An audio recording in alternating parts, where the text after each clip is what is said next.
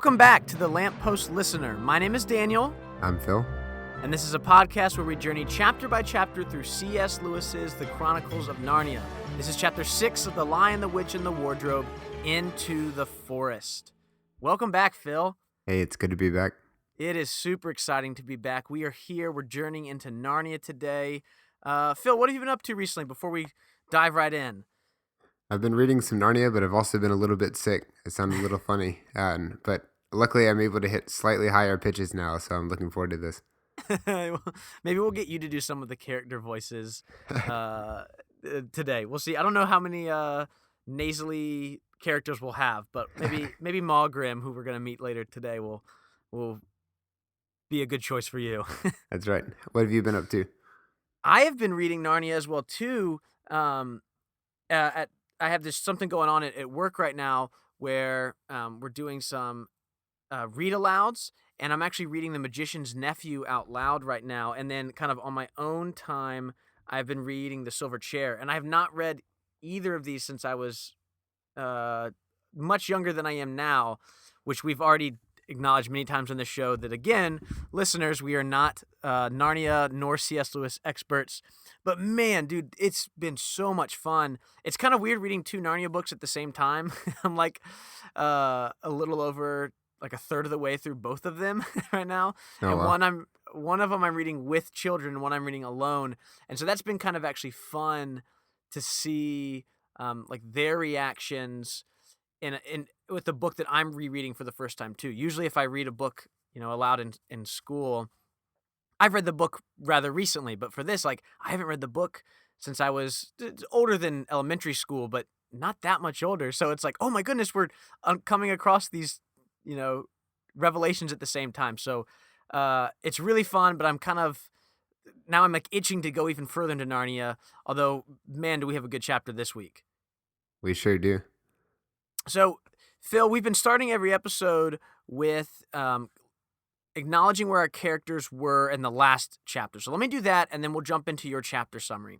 Sounds good. So we last left the four Pevensey children sitting in a wardrobe together, trying to avoid Mrs. Macready, or the Macready, as she's so often referred to as. And they're trying to avoid her because she's bringing some tourists through the house. And that's where we've left them, making sure that they leave that door open, because if not, they might get locked in that wardrobe. That's right. They mentioned it for the 5th time. Yeah. All right, Phil, well, have you written your chapter summary? I sure have. I'm ready. All right, man. Go ahead. While hiding in the wardrobe, the 4 children realize they are in the Narnia Lucy described and Edmund denied, and thus decide to explore. Edmund accidentally reveals he did know it was real all along, and Peter is furious. Deciding there is nothing more to say, they all set off for Mr. Thomas's house, but once there, find that the place is wrecked and that the fawn has been arrested. Everyone except Edmund knows they have to do something to try and help. Looking for direction, they spot a robin acting in an unusual way.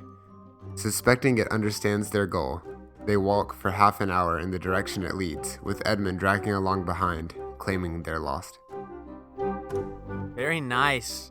I think that's a pretty good overview of where we're going to be going today. Before we jump into that, Phil, I want to ask you, or at least share with you, some knowledge I've acquired since our last episode, because it even happens before your first sentence in that chapter summary. All right, let's hear it. So I have recently acquired a book called Companion to Narnia by Paul F. Ford. I was texting you about it like maybe a week ago or so. I mean, like, dude, you've got to get this book, which is not like it's a new book. It's been out for decades, but it has been helping me understand so many of the gaps in our knowledge, or at least it's been helping me fill in those gaps. And there I go, dropping the book right now as I talk about how great it is. And You are dropping knowledge. Yeah. I was reading about Mrs. Macready. I was going through and looking through some characters. This is really just like an encyclopedia of Narnia.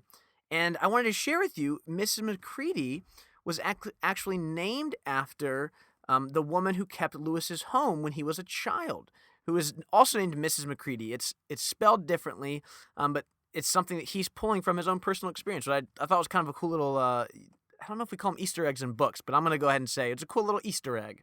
Yeah, especially around this time. Yeah. Well, I don't think actually we might I be know. I recording this realized around I couldn't say Easter. that as I said. No, it's But fine, that but is neat.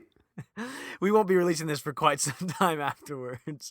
So you're right. The children are there. They're in the wardrobe, and as they kind of back up further, they realize where they are, which is Narnia. And I like the way that you wrote it there about like that Lucy had described and Edmund had denied, and it's really just a kind of a wonderful um, realization as they try to figure out what to do next. Can I read some of it? Let's go for it. So they get into the wardrobe and they're trying to figure out what to do. And here we go. And now, said Susan, what do we do next? Do, said Peter. Why, go and explore the wood, of course. Ugh, said Susan, stamping her feet. It's pretty cold. What about putting on some of these coats? Well, they're not ours, said Peter doubtfully. I'm sure nobody would mind, said Susan. It isn't as if we wanted to take them out of the house. We shan't take them even out of the wardrobe. I never thought of it like that, Sue, said Peter. Of course, now you put it that way, I see. No one could say you had bagged a coat as long as you leave it in the wardrobe where you found it, and I suppose this whole country is in the wardrobe. They immediately carried out Susan's very sensible plan. The coats were rather too big for them, so they came down to their heels and looked more like royal robes than coats when they had put them on. Oh, I love that last little bit. Oh, tell us about it, Phil. Well, just like you've already heard the queen talking about making people princes and then eventually kings. And I love that, you have these four children. She's a queen. She's obviously worried about them, which kind of makes you think maybe she's worried about her position as, quote, queen. And now they're wearing something that makes it look like they have royal robes on. Yeah, this is a really great bit of foreshadowing. I really like that. And I also really like this conversation between the two elder siblings. I've said before that right now our more well developed characters would be Edmund and Lucy. We just spent more time with them. Peter and Susan have mostly just been back in the house reacting to what happens in Narnia. And I think this small exchange, along with a lot of the rest of this chapter, gives us a better idea of who they are. I mean, this is like the second or third time we've been hit over the head that Peter just loves to explore. Like, he is curious in a lot of ways, like his little sister. I mean, he's like, well, we got to go explore. Like, he's almost like, what do you mean? What are we going to do? Like, I don't know about you, but if I'm in the wardrobe, I'm not going to be like, there's definitely other options. Like, go back. This is kind of weird. But he's like, no, we Right. have to go explore. So we kind of get his optimism and his curiosity, and he just has this enthusiasm, which is really great. And then we get to see a little bit more about Susan, she's sensible, she's crafty. She comes up with this plan to use the coats without actually stealing them, and so we get a little bit more of her built up too. And I really like that we're finally starting to get all four of these characters fleshed out, because right now Peter and Susan haven't been that as much, and now that's starting to happen. That's right. And I think there are little hints of that too. Just we see how well developed the characters are a little bit further down that page. Peter calls Lucy Lou. And I think giving each other nicknames and just changing the way different people address you or address the characters can really say a lot, both about the personalities, but then the relationships between the two characters. For example, like calling someone by their last name has one connotation. Calling someone by their full first name is different than, say, a shortened version of their name, or having like a pet name or a nickname for someone. Oh, that really makes me think, oh, I can't do this, but there's some stuff that you're saying that relates to the way characters refer to each other in the silver chair that I really hope we remember to bring back up in however many years that is from Yeah, I was now. gonna say I look forward to that in 2021. Yeah. So you're right. They do decide to go visit Mr. Tumnus here. And Phil, what happens when they get to Mr. Tumnus's house? Oh, the place is a wreck. Do you think he's just not very clean, or like? Sorry. Yeah, My students find those jokes funny. I'm sure most adults are not going to find my dad jokes funny. I do love how, first of all, how smooth the transition into Narnia was, and then also the way we find out that like something's obviously wrong with the cave. We had a great description before, and it seemed like it was really cozy, and then the door is wrenched off its hinges and broken to bits, and then it's dark and cold and has a damp feel, and it looks like it hasn't been lived in for several days. Snow drifting in the doorway, like all of that is just so well done. Yeah, it really gives an eerie feel. Like the last time we were here, it was also kind of scary because Lucy was potentially being kidnapped by a fawn. But this time it's like we get there and we actually expect as readers that, oh, finally this time it's going to be a safe journey, or that at least like our time at Mr. Thomas's house should be a happy time. But instead we get there and it's like it's even worse than before. Well, I don't know if you say worse than kidnapping kids, but it, we're almost, at least me, I'm more like taken aback by, oh wait, I thought that this was supposed to be, like, I thought everything was safe. We heard that Mr. Thomas hadn't been caught when we just Right. checked in with him 2 chapters ago. But man, yeah, it is. There's a great illustration here. Do you want to describe? Can you see that? I'm on page 50. Oh no, we don't have the same kind of copies of books. But I do you have an see that upside down illustration? bird. What do you have? Do you see it? No, all I have is the bird. I was Oh, serious. okay. So I'm looking at an illustration that Pauline Baines did, where you just kind of see all the debris left outside of this cave. And what I really love about this illustration is the cave itself is just black. Like the opening, you can't see inside at all.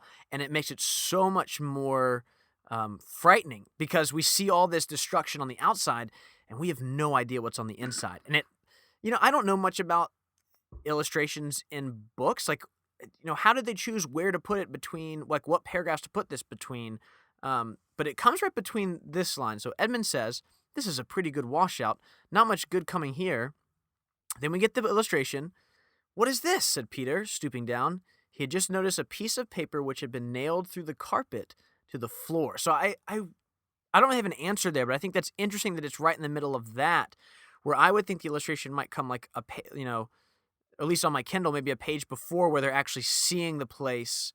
But it seems as if, Harper Collins or Lewis, I don't know who would have been in charge of this, almost put the illustration after we've had Lewis describe the setting to us.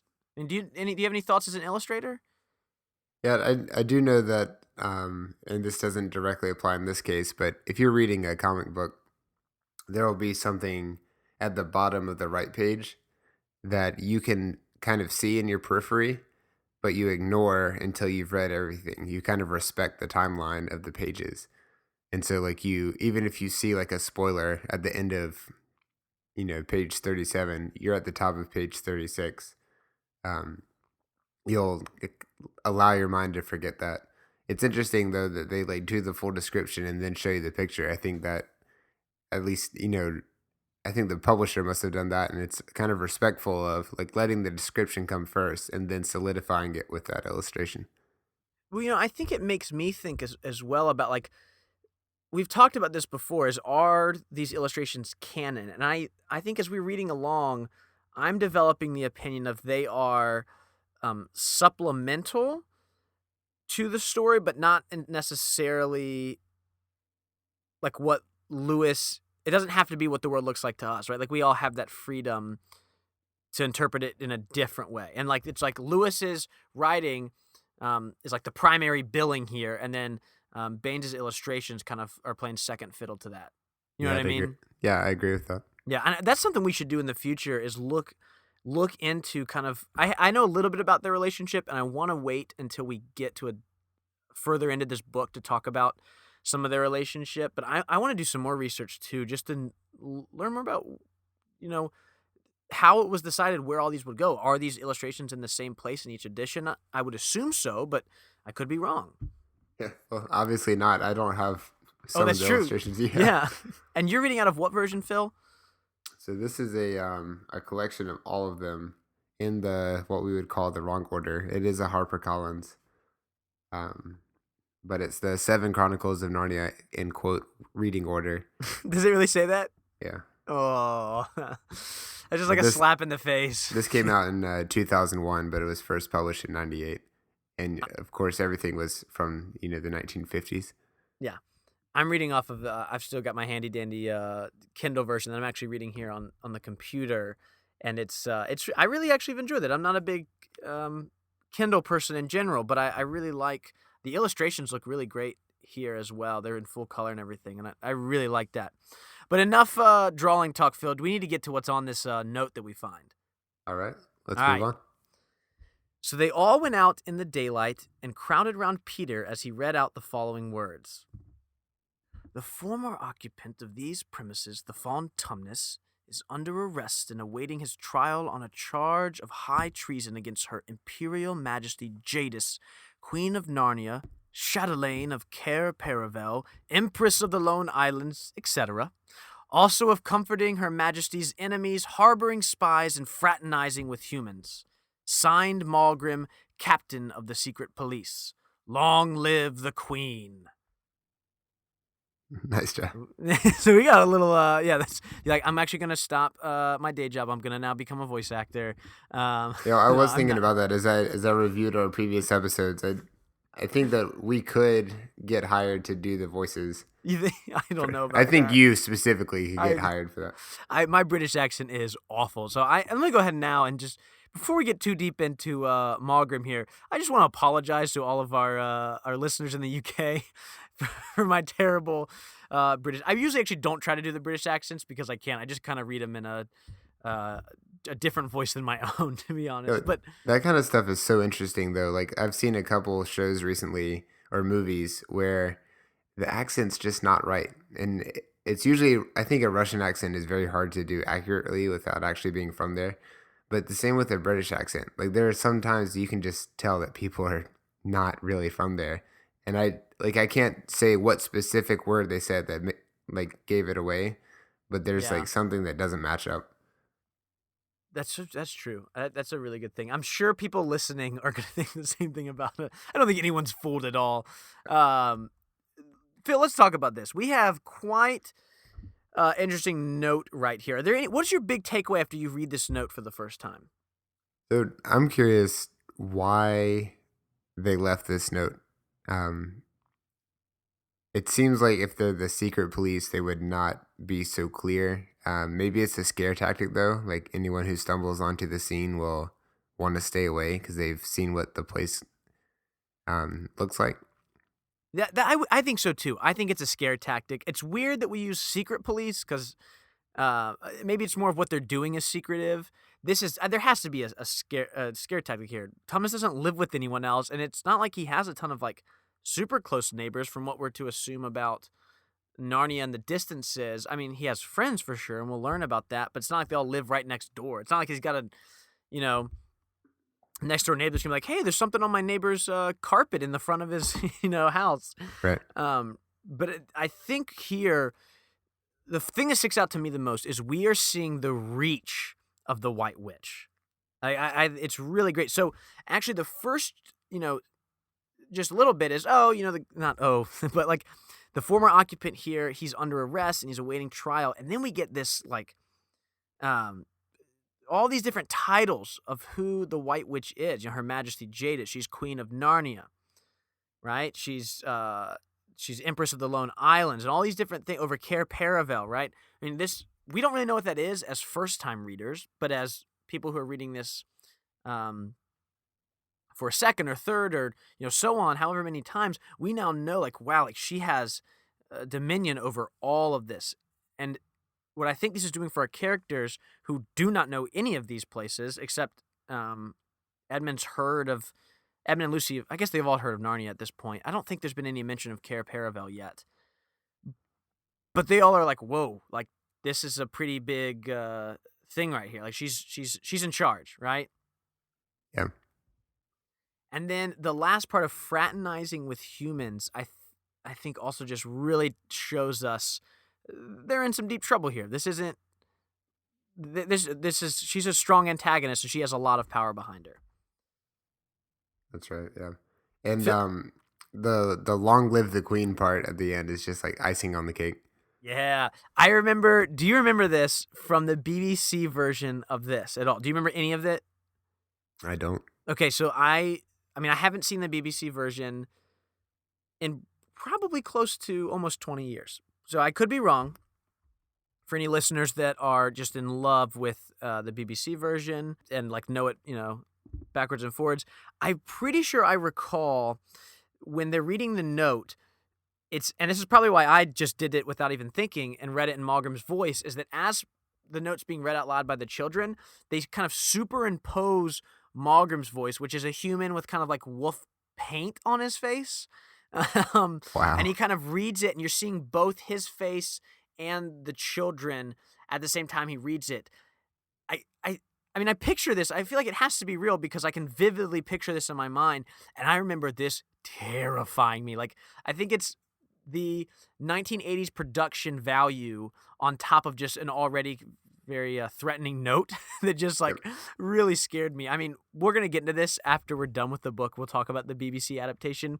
He's a scary looking dude, Malgrim. Especially, I think he's actually way scarier in the BBC version than he is in the Disney version. Yeah. Oh, and that technique of like overlaying two images at once, first of all, very BBC. Second of all, have you ever seen that done well? I can't I can't think of an example when that was not poorly done. Yeah, it's hard to imagine a time when that was well done. I can't quite think of something. But I maybe bet that's it an was so addendum cool for the first next time it episode. happened. Yeah. um, I want to mention one other thing that I learned from my great book, Companion to Narnia. Let's hear it. Malgrim's name was changed in the U.S. editions of the book. His name was actually changed to Fenris Ulf. I don't know if I'm pronouncing that correctly, Fenris Ulf, but Lewis changed it. I want to read a little bit from what I have right here for you, Phil.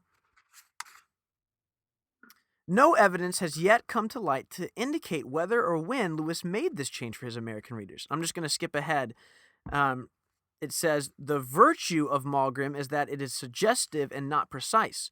Malgrim has an unpleasant sound. Grim carries its sinister adjectival sense. It's hard to change adjective into an adverb there. And Mal with all of the evil names beginning with Mal. So it's interesting that it was chosen as Malgrim, but then changed. But then actually, if you're wondering why we, who are both reading U.S. editions, have Malgrim replaced, it's because in the 90s, HarperCollins, along with changing the books to chronological order, also changed Fenris's Ulf's name. I don't know how to, that's so hard to put together.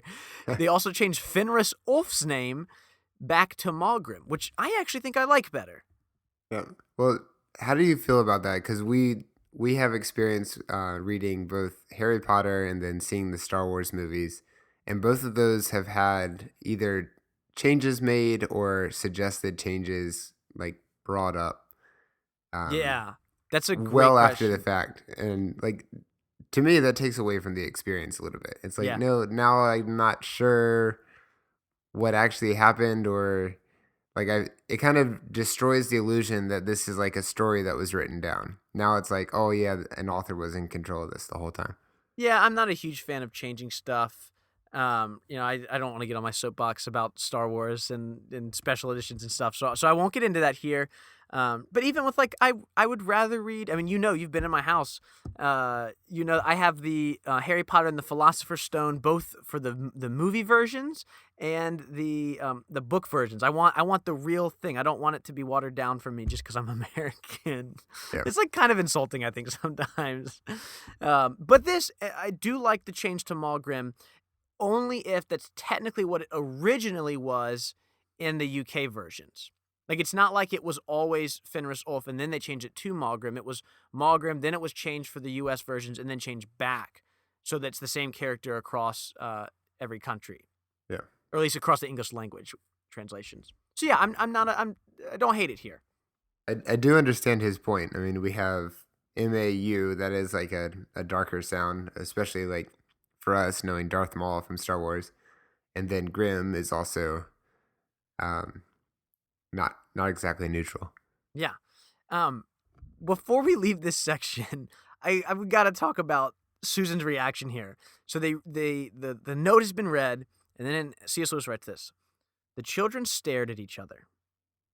I don't know if I'm going to like this place after all, said Susan. Which I just like, that just seems like the most calm reaction. Like, yeah, I don't know about this, guys. Maybe we should go back. But like, I would be like freaking out as a kid. She's like, yeah, I don't know if this is going to be a great place. She just And seems then so calm. And I think that's part of her personality, that maybe she's trying to stay calm here for the rest of her siblings. That's what I hope it is, instead of just, in some ways, it seems to me to be a inappropriate reaction to reading a threatening letter.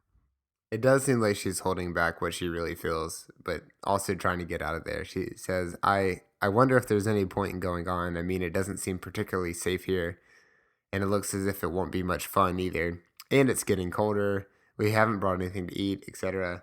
She's like, how about we just go home? Yeah, I mean, so I think I would probably do the same thing too.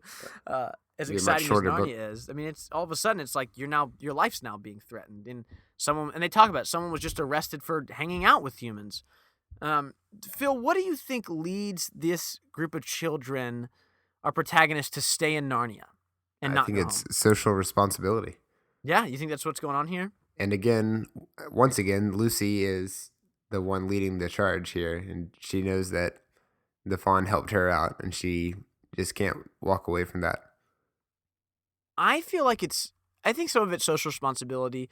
I also, knowing some of Lewis's other works, especially things like Mere Christianity, I think it's also just the children have uh, they acknowledge that there's a moral right and wrong here, which I think maybe is what you're saying. Just we're just using different vocabulary. That they're like, okay, like this guy's in trouble. The queen's definitely evil sounding, and we kind of got him in trouble, and so it's our duty to help him. Is that kind of what you're thinking? That is, yeah. Yeah. Um, so then we move along, and you mentioned this. They come across a bird. Tell us about that bird. Yeah, so this is described. Let me see if I can find it here. Yeah, so this bird is described as you could not have found a robin with a redder chest or a brighter eye, just enhancing the magical quality of the whole place.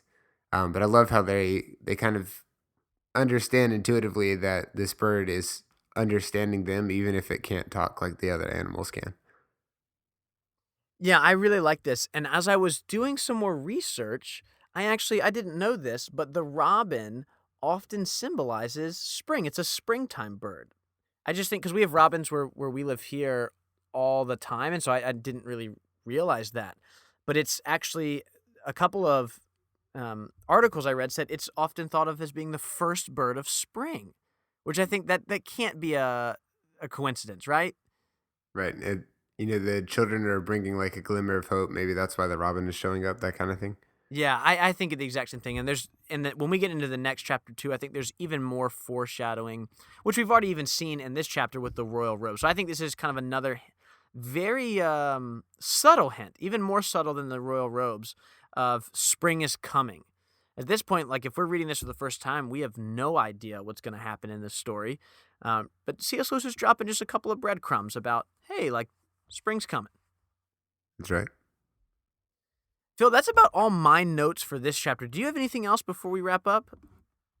Yeah, so there were two things that stood out to me. One, Edmund is not winning any more points here. He says that washout comment, and that doesn't make me like him anymore than I did before. The other part is that right at the end, Peter is walking along, and Edmund comes up to him and says, "If you're not still too high and mighty to talk to me, I have something to Ugh. say which you'd better listen to." Now, most people would be like, "Start over." Exactly, yeah. But Peter, like, even though that's a terrible way to start a conversation, Peter goes, "What is it?" And I think that shows a lot about Peter's character too. Yeah, I think Peter is, especially as this story develops, we see that Peter is quite quick to forgive, and I don't think it's in a negative way.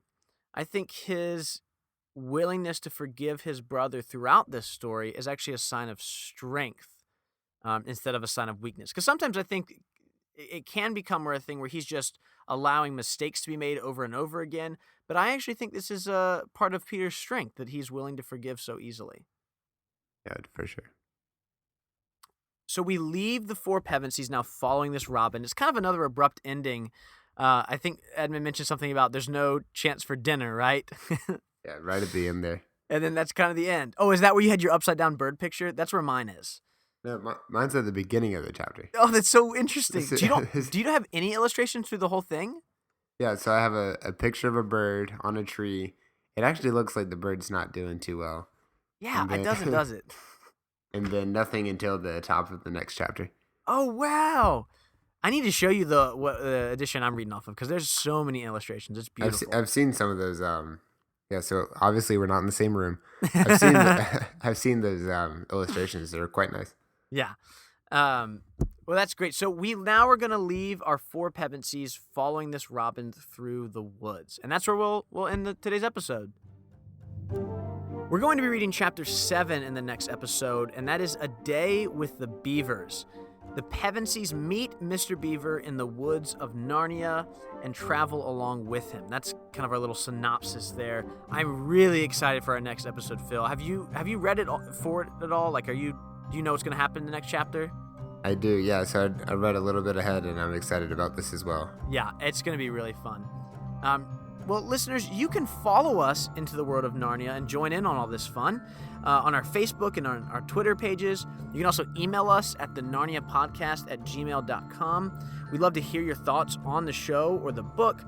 And I know we've said some things that obviously hint at the fact that we record these quite a bit ahead of time, but we are always able to kind of go back in and put kind of your thoughts, especially about particular chapters, and even after we've already recorded an episode. So don't feel like, oh no, just because we got to a certain part or we've already passed over your favorite part, that we still can't respond to your thoughts and your comments. So please feel free to reach out to us. We'd appreciate as well if you could give us a review on Apple Podcasts, because this lets other listeners find the show better.